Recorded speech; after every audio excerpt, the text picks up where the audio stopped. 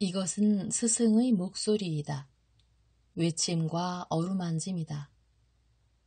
이 목소리가 회개하기를 원치 않는 사람들에게 말할 때에는 외침이 되고, 비록 불완전하더라도 하느님과 그분의 말씀을 찾아내려는 착한 뜻을, 하느님과 그분의 말씀을 찾아낸 다음에는 자기를 거룩하게 하려는 착한 뜻을 가진 사람들에게 말할 때에는 어루만짐이 된다. 이 사람들에게는 말씀이 친구의 어루만짐이 되고 예수의 축복이 된다. 하느님이시여 사람이신 그리스도의 시 제3권 공생활 둘째 해 사항권 헤브론의 환대 1945년 7월 7일 그들은 모두 헤브론 근처의 작은 숲 속에 빙 둘러앉아서 서로 이야기를 나누며 음식을 먹는다. 성모님이 그의 어머니를 보러 가시리라는 것을 확실히 아는 지금 유다는 기분이 나아져서 그의 동료들과 여자들에게 보였던 그 언짢았던 기분의 기억을 여러 가지 친절로 지워버리려고 애를 쓴다. 그는 물건을 사러 시내에 들어가야 하였는데 이 도시가 작년보다는 많이 변한 것으로 생각하였다는 이야기를 한다. 예수님의 전도와 기적의 소식이 여기까지 왔습니다. 그래서 사람들은 많은 것을 곰곰이 생각하기 시작했습니다. 선생님, 이 근처에 도라의 소유지가 있다는 것을 아십니까?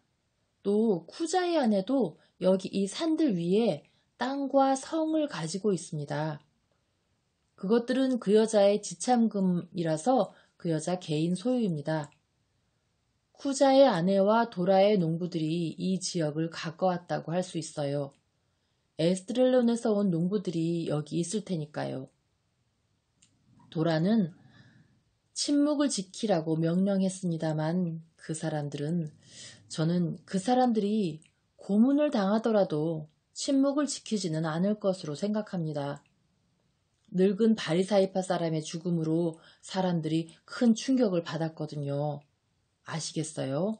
그리고 요한나가 과월절 전에 건강해진 몸으로 이곳에 다시 온 것 때문에도 많이 놀랬고요.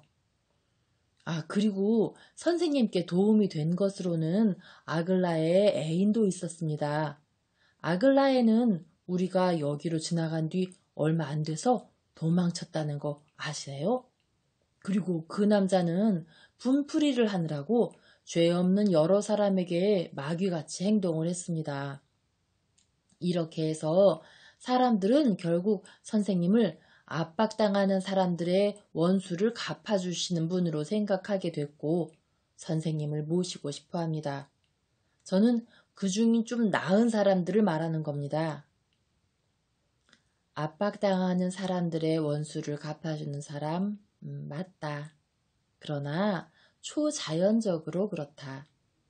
나를 이 세상의 정신을 따르는 왕과 재판관으로서 한 손에는 왕호를 또 한 손에는 도끼를 들고 있는 사람으로 보는 사람은 올바르게 보지를 못하는 것이다.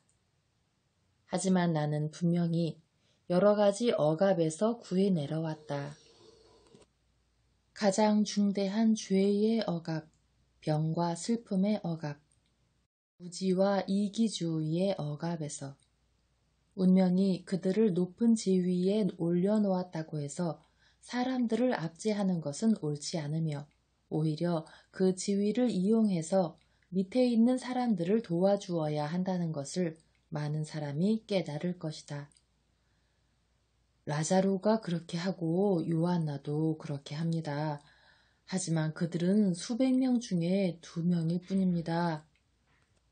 하고 필립보가 딱하게 여기며 말한다. 강은 발원지에서는 강 어귀에서처럼 넓지 않다. 물 몇 방울, 가느다란 물줄기. 그러다가 나중에는 하구에서는 바다 같은 강들이 있다. 나일강처럼 하고 알페오의 마리아가 말한다. 주님의 어머니는 세 분이 이집트에 가셨을 때 이야기를 했는데 가끔 이렇게 말했어요. 정말이지 바다 같았어요. 파랗고 푸른 바다.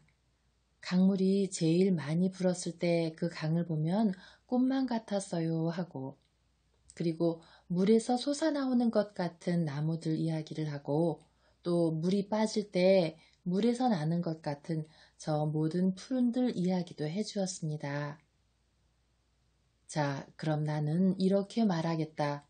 마치 나일강이 발원지에서는 가느다란 물줄기에 지나지 않다가 나중에는 엄청나게 크게 되는 것과 같이 가장 보잘것없는 약자들에 대해 사랑을 가지고 사랑에서 시작된 관심을 기울이는 숭고함의 가느다란 물줄기가 나중에는 창대해질 것이다. 지금 당장은 요한나, 라자로, 마르타이지만 나중에는 얼마나 많아질 것이냐. 예수께서 형제들에게 자비를 베풀 사람들을 보시는 것 같이 당신의 심상에 잠기셔서 미소를 지으신다. 유다는 회당장이 그와 같이 오려고 하였으나 감히 개인적으로 결정을 내리지 못했다는 이야기를 한다. 요한, 작년에 그 사람이 우리를 어떻게 쫓아냈는지 기억나지? 기억나. 아니 그 말씀을 선생님께 드리세. 예수께서 질문을 받으시고 헤브론 시내로 들어갈 것이라고 말씀하신다. 만일 주민들이 그들을 원하면 부를 것이고 그러면 머무르고 그렇지 않으면 멈추지 않고 지나갈 것이라고 하신다. 따라서 우리는 요한의 집도 볼 것이다. 지금은 누구의 집이 되었느냐? 아무라도 가질 수 있을 거라고 생각합니다. 쉬안마이는 떠나가서 다시는 돌아오지 않았습니다. 그 사람은 하인들을 데리고 갔고 가구들도 치웠습니다. 주민들은 그의 부당한 행위에 대해 복수하기 위해 둘러진 담장을 헐어버렸고 집은 누구나 다 들어갈 수 있습니다. 적어도 정원은 그렇습니다. 그들은 세례자를 공경하기 위해서 정원에 모입니다. 쉬안마이는 암살을 당했다고 합니다. 왠지는 모르겠지만 여자 문제 때문인 것 같습니다. 틀림없이 궁중의 어떤 음모겠지. 하고 나타나엘이 수염 속에서 중얼거린다. 그들은 일어나서 헤브론을 향하여 세례자의 집을 향하여 간다. 그들이 도착할 때 거기에는 주민들이 빽빽이 모여서 있다. 그들은 망설이기도 하고 호기심을 가지기도 하며 어색하게 나아온다. 그러나 예수께서는 미소로 그들에게 인사하신다. 그들은 대담해져서 조금씩 나아온다. 그리고 작년에 무례하였던 회당장이 집단에서 나온다. 당신께 평화가 있기를 하고 예수께서 바로 인사하신다. 우리가 당신네 마을에 머무르는 것을 허락하십니까? 나는 마음에 드는 내 모든 제자들과 제자들 중 몇 사람의 어머니들과 같이 왔습니다. 선생님, 하지만 선생님께서는 저희들에 대해서, 저에 대해서 원한을 가지고 계시지 않습니까? 원한이요? 나는 원한이란 것이 어떤 것인지 모릅니다. 그리고 왜 내가 원한을 가져야 하는지도 모르겠습니다. 지난해에 제가 선생님께 모욕을 드려서요. 당신은 그렇게 할 권리가 있다고 믿어서 낯선 사람을 배척했었던 겁니다. 그리고는 당신이 깨달았고 그렇게 한 것을 뉘우쳤습니다. 그리고 이것은 지나간 일입니다. 또 후회가 잘못을 없애는 것과 같이 현재도 과거를 없앱니다. 지금은 내가 당신에게 낯선 사람이 아닙니다. 그러면 지금 당신은 나에게 어떤 감정을 가지고 있습니까? 주님, 존경의 감정을 가지고 있습니다. 그리고 바람의 감정도, 바람이요? 내게서 무엇을 원하십니까? 선생님을 제가 아는 것보다 더 낫게 알기를 원합니다. 어떻게요? 어떤 방법으로요? 선생님의 말씀과 선생님의 행동으로요. 여기서도 선생님의 인격과 가르치심과 능력을 알게 되었습니다. 그리고 저희들은 선생님께서 세례자의 구출과 무관하지 않으시다는 말도 들었습니다. 그러니까 선생님께서는 세례자를 미워하지 않으셨고 요한의 자리를 빼앗으려고 하지도 않으셨습니다. 세례자 자신도 선생님 덕택에 거룩한 요르단강의 계곡을 다시 보게 되었다는 것을 부인하지 않았습니다. 저희들이 선생님에 대해서 말하려고 요한을 찾아가셨었는데 요한이 저희들에게 이렇게 말했습니다. 당신들은 어떤 분을 냉대했는지를 모릅니다. 나는 당신들을 저주해야 할 것입니다. 그러나 그분이 용서하고 온유하라고 내게 가르치셨기 때문에 당신들을 용서합니다. 그러나 당신들이 주님과 또 주님의 종인 내게서 저주를 받고 싶지 않거든 메시아를 사랑하시오. 그리고 의심하지 마시오. 당신들은 이런 표로 메시아를 알아볼 수 있을 것입니다. 즉, 평화의 정신, 완전한 사랑, 다른 어떤 것보다도 뛰어난 지혜, 천상의 가르침, 절대적인 온유, 모든 것에 미치는 능력, 전적인 겸손, 천사와 같은 순결, 당신들은 잘못 생각할 수가 없을 겁니다. 당신들이 자기가 메시아라고 말하는 사람 곁에서 평화를 호흡하고 그분의 사랑을, 그분에게서 발산하는 사랑을 마시고 당신들의 어두움에서 빛으로 건너가고 죄인들이 구원을 받고 육체가 고쳐지는 것을 보게 되거든 그때에는 이렇게 말하시오. 이분은 정말 하느님의 어린 양이시다 하고. 저희는 선생님의 행동이 우리 요한이 말하는 그런 행동이라는 것을 압니다. 저희들을 용서해 주시고 사랑해 주시고 세상이 선생님께 기대하는 것을 저희들에게 주십시오. 그 때문에 내가 여기 왔습니다. 나는 나를 받아들이는 어떤 곳에든지 다 주는 것을 요한의 도시에도 주려고 아주 멀리에서 왔습니다. 저희들도 병자들이 있습니다. 그리고 저희들은 무식합니다. 특히 사랑과 착함에 대해서 무식합니다. 요한은 하느님에 대한 그의 전적인 사랑으로 강철과 같은 손과 불 같은 말을 가지고 있고 저희 모두를 마치 거인이 풀잎을 구부리듯이 휘어잡으려고 합니다.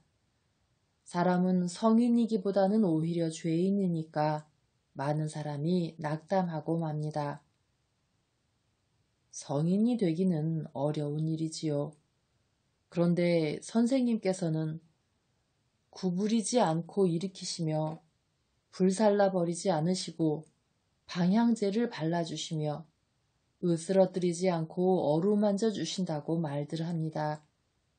선생님께서는 죄인들에 대해 온정이 넘치고 어떤 병에 대해서든지 특히 마음의 병에 대해서 능력을 가지고 계시다는 것을 압니다. 저희들의 교사들은 이제는 이렇게 할 줄을 모릅니다. 병자들을 데려오시오. 그리고 전에는 거기서 살던 은총의 성전이 되었다가 이제는 버려지고 죄로 인하여 더럽혀진 저 정원에 모이시오. 헤브론 사람들은 제비들처럼 사방으로 흩어져 가고 회당장만이 남았다. 그는 예수와 제자들과 함께 정원 안으로 들어간다. 그리고 그들은 모두 장미나무와 포도나무가 제멋대로 자라서 얽힌 정자 그늘로 들어간다. 헤브론 사람들은 이내 돌아왔는데 들것에 실린 중풍병자와 앞을 못 보는 여자아이와 벙어리 남자아이들, 사람들이 부축해서 같이 오는 무슨 병을 앓는지 알 수 없는 두 사람을 데리고 온다. 그대에게 평화하고 병자가 올 때마다 예수께서 말씀하신다.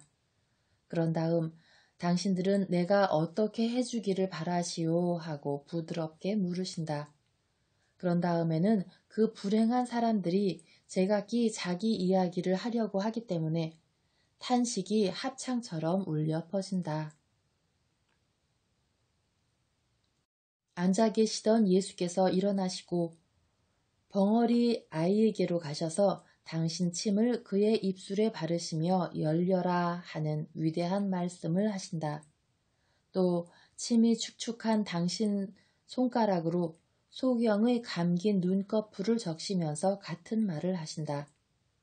그런 다음 중풍병 환자에게 손을 내미시며 일어나시오 하고 말씀하신다. 끝으로 두 병자에게 손을 얹으시며 말씀하신다. 주님의 이름으로 병이 물러가라 하고.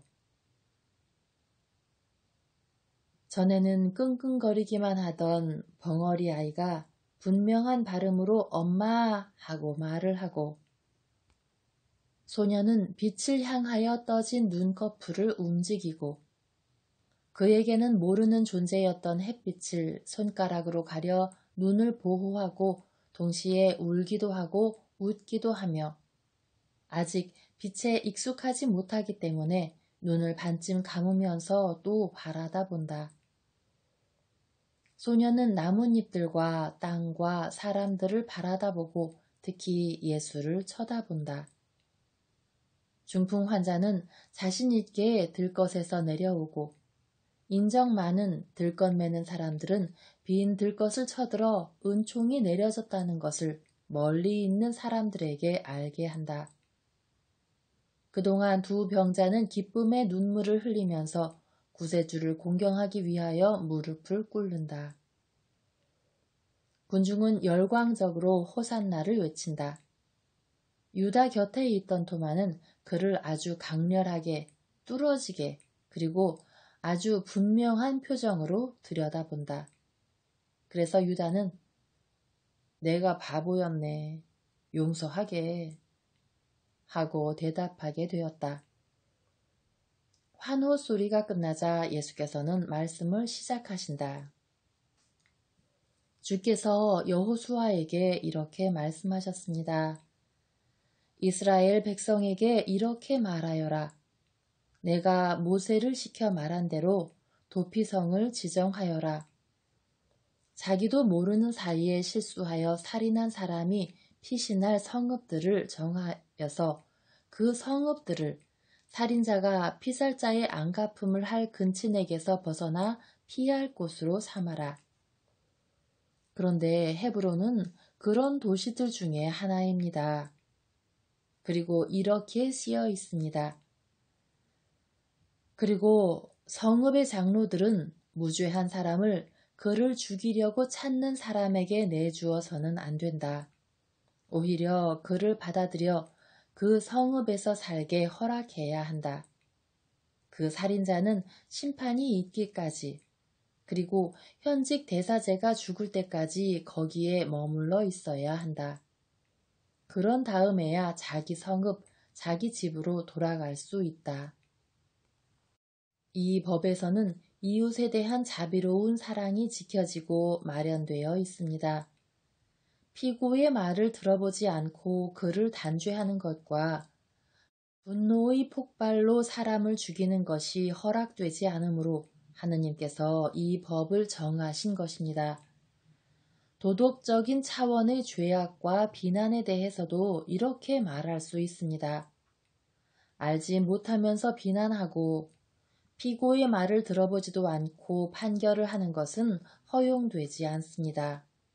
그러나 오늘은 흔히 있는 잘못이나 죄라고 일컬어지는 것에 대한 비난과 단죄에 새로운 비난과 단죄가 덧붙여집니다.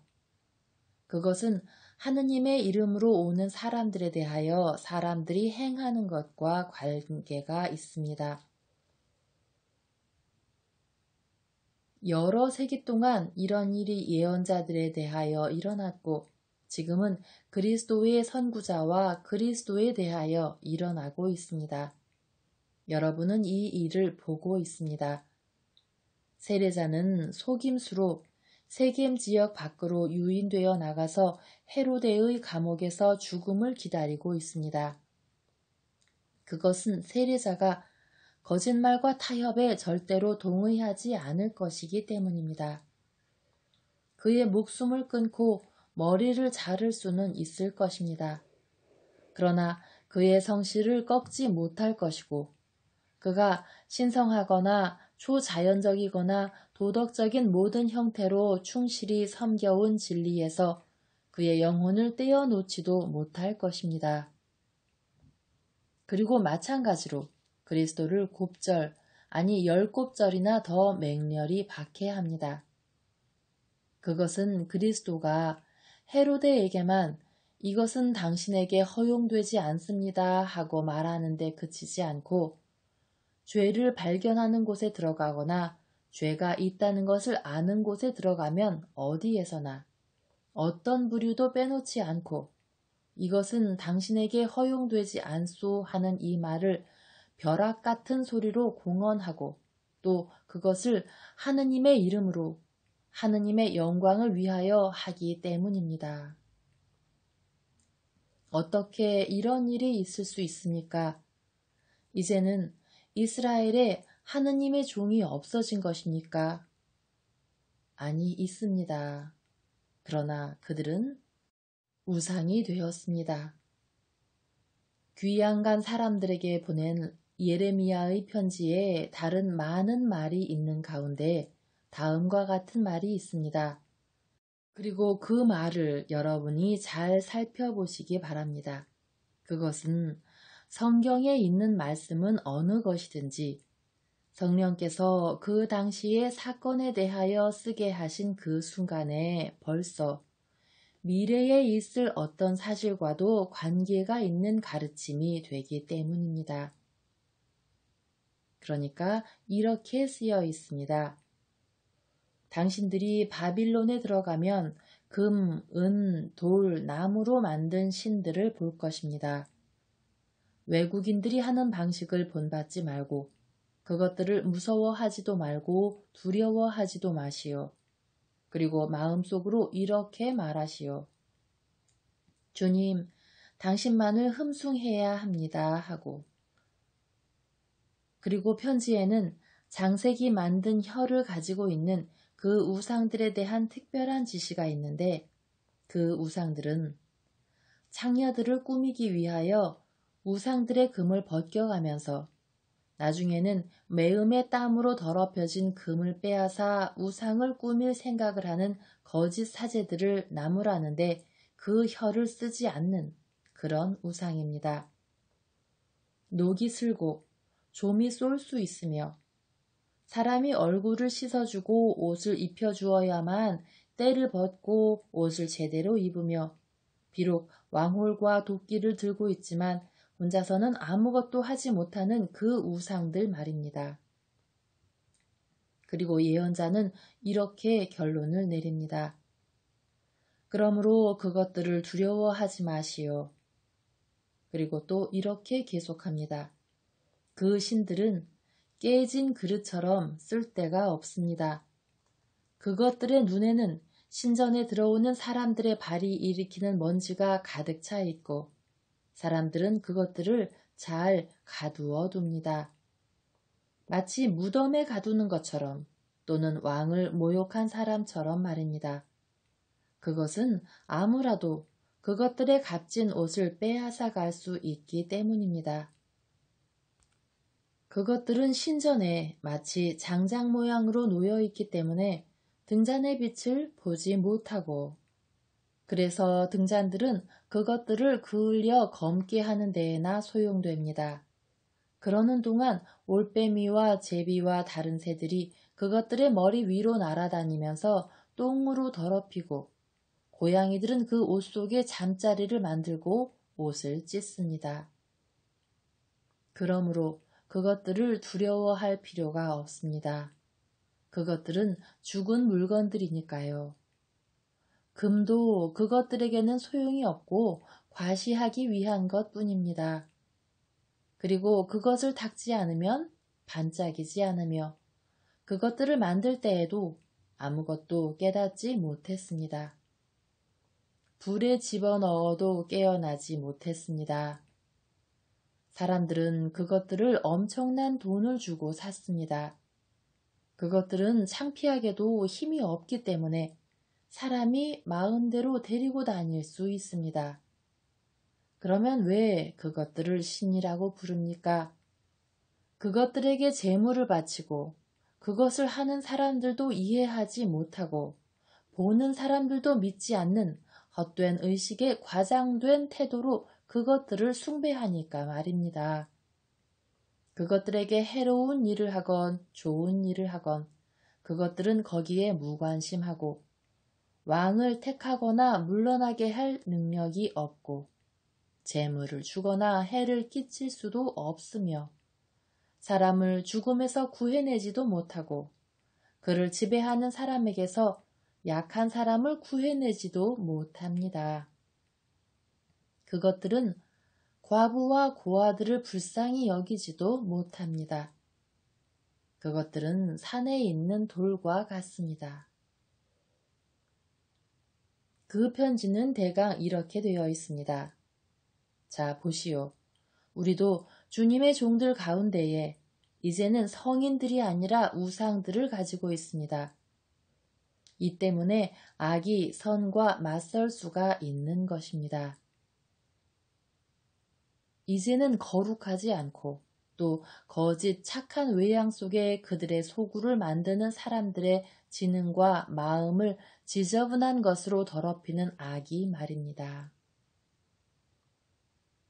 그들은 이제 하느님의 말씀을 말할 줄을 모릅니다. 그것은 당연합니다. 그들은 사람이 만든 혀를 가지고 있어서 사탄의 말을 하지 않으면 사람의 말을 합니다. 그리고 죄 없는 사람들과 가난한 사람들에게는 알맞지 않은 꾸지람밖에 할 줄 모르면서 유력자들의 타락을 보고는 입을 다물고 있습니다. 그것은 그들 모두가 타락했기 때문에 같은 잘못을 저지르고 있는 그들이 서로 비난할 수가 없기 때문입니다. 그들은 주님을 위해 탐욕스럽지 않고 만몬을 위해 탐욕스러워서 일체의 한도와 우리가 상상할 수 있는 모든 것을 지나치는 열광에 사로잡혀 음란과 범죄의 황금을 받고 그것을 교환하고 훔치면서 일합니다. 먼지가 그들 위에 쌓여 부글부글 괴고 있으며 그들이 잘 씻은 얼굴을 내보인다 해도 하느님의 눈은 그들의 더럽혀진 마음을 보십니다. 증오의 녹과 죄의 벌레가 그들을 쏟아먹는데 그들은 자기들을 구원하기 위하여 거기에 대항하지를 못합니다. 그들은 저주를 왕홀과 도끼 모양으로 내두르지만 그들이 저주를 받고 있다는 것을 알지 못합니다. 그들은 무덤에 들어있는 시체들이나 감옥에 갇혀있는 죄수들과 같이 그들의 생각과 증오 속에 갇혀 있으면서 어떤 손이 그들을 거기서 끌어낼까봐 겁이 나서 창살을 움켜쥐고 거기 남아 있습니다. 그것은 이 죽은 자들이 그곳에서는 그래도 어떤 물건, 즉 미이라인데 사람 같지도 않고 나무처럼 말라 비뚤어진 시체들이지만 그래도 미이라는 미이라인데 밖에 나오면 세상이 본체 만체 하는 시대에 뒤떨어진 물건이 될 것이기 때문입니다. 세상은 생명을 찾고 어머니의 젖가슴이 필요한 어린아이와 같이 생명이 필요하며 그래서 죽음의 역한 냄새를 찾지 않고 생명을 주는 사람을 찾고 있는 것입니다. 그들은 성전에서 삽니다. 그렇습니다. 그런데 그들의 등잔, 즉 명예의 연기가 그들을 그을려 검게 하지만 빛은 그들 안에 내려오지 않습니다. 모든 격정이 새와 고양이들처럼 그들 안에 도사리고 있고 사명에 대한 열정은 그들에게 하느님의 불로 타겠다는 신비적인 고민을 주지 않습니다. 그들은 사랑에 반항합니다. 사랑이 그들을 찬란한 금으로 꾸미지 않는 것과 같이 사랑의 불이 그들을 타오르게 하지도 않습니다. 두 가지 표현과 근원을 가진 사랑이 말입니다. 그 표현에 있어서는 하느님과 이웃에 대한 사랑이고 그 근원에 있어서는 하느님께 있는 사랑과 사람에게 있는 사랑인 것입니다. 하느님께서는 사랑하지 않는 사람에게서는 떠나시고 그래서 그 첫째 샘이 마르고 또 사람은 악의가 있는 사람을 떠나고 그래서 그 둘째 샘이 마르기 때문입니다. 사랑이 없는 사람에게서는 애덕이 모든 것을 빼앗아 갑니다. 그 사람들은 저주받은 돈에 매수되고 이익과 권력이 요구하는 곳으로 끌려갑니다. 안 됩니다. 이것은 용납되지 않습니다. 돈으로 양심을 살 수는 없습니다. 특히 사제들과 선생들의 양심을 돈으로 살 수는 없습니다. 세상의 권력이 하느님께서 명하시는 행동과 반대되는 행동으로 이끌어 가려고 할 때에 그 권력에 동의하는 것은 허용되지 않습니다. 그것은 정신적인 불능입니다. 그런데 고자는 주님의 모임에 들어오지 못한다는 말이 있습니다. 그러면 육체적으로 불능인 사람이 하느님의 백성의 일원이 될 수가 없는데 정신적으로 불능인 사람이 하느님의 사제가 될 수 있습니까? 그러므로 나 진정으로 여러분에게 말하지만 지금 많은 사제와 선생이 영적인 남자다움을 잃었기 때문에 비난받아 마땅한 거세에 휩쓸려 있습니다. 많은 사람이, 너무나 많은 사제와 선생이 곰곰이 생각하고 관찰하고 비교하시오. 여러분은 우리가 많은 우상을 가지고 있고 하느님이신 선의 사제는 별로 가지고 있지 못하다는 것을 알 것입니다. 그렇기 때문에 도피성이 이제는 도피성이 아닐 수가 있는 것입니다. 이스라엘에서는 이제 아무것도 존중하지 않습니다. 그리고 거룩하지 않은 사람들이 거룩한 사람들을 미워하기 때문에 성인들이 죽어갑니다. 그러나 나는 여러분을 오시오 하고 청합니다.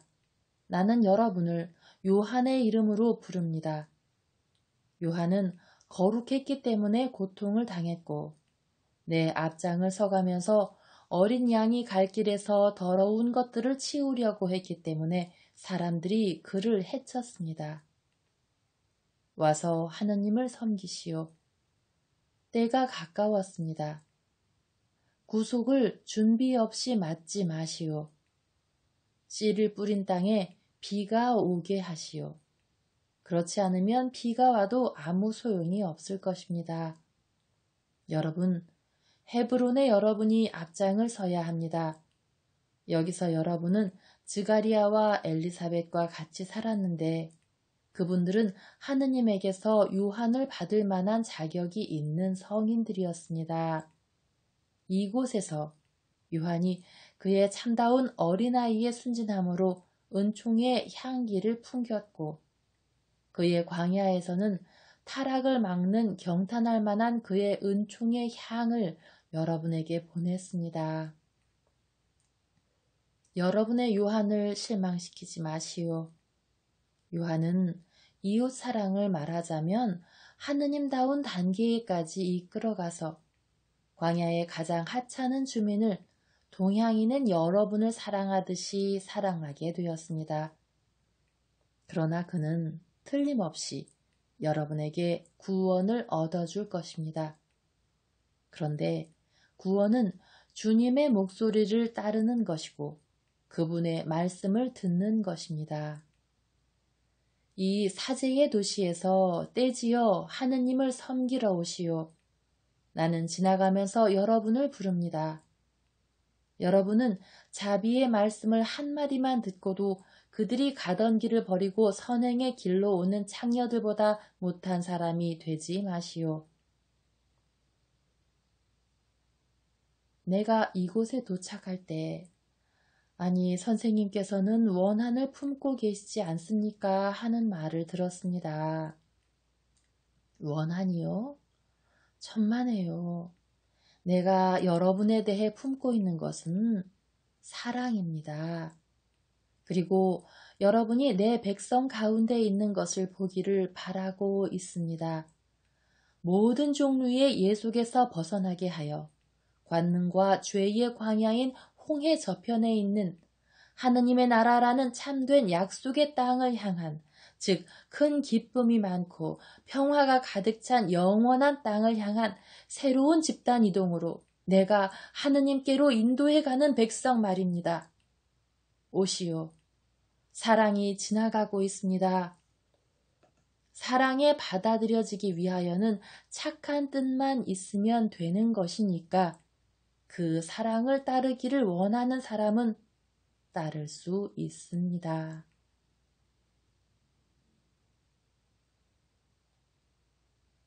예수께서는 놀랄 만큼 조용한 가운데 말씀을 끝마치셨다. 많은 사람이 그들이 들은 말을 숙고하고 검토하고 음미하고 비교하는 것 같다. 이런 반응이 일어나는 동안 예수께서는 피로하시고 땀을 흘리시며 앉으셔서 요한과 유다와 말씀을 하신다. 그런데 정원 밖에서 큰 소리가 들려온다. 그 큰 소리는 분명치 않다가 나중에는 분명해진다. 저분이 메시아십니까? 저분이 메시아세요?